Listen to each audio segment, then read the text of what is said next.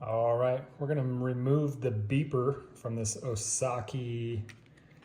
I have the OS40 PRO Ekon Plus. So you're just gonna need like a little flathead and one of these. First you're gonna put your flathead right in here. Gonna pop up, go around, pop up, pop up. Your speaker is right here. I'm gonna grab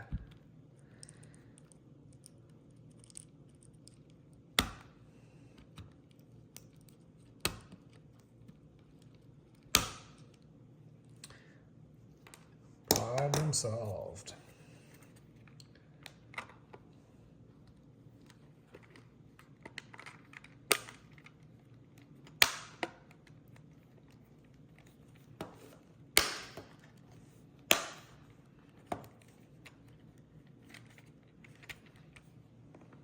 Enjoy.